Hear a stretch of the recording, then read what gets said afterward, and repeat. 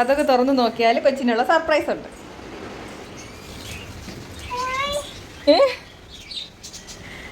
എന്ത്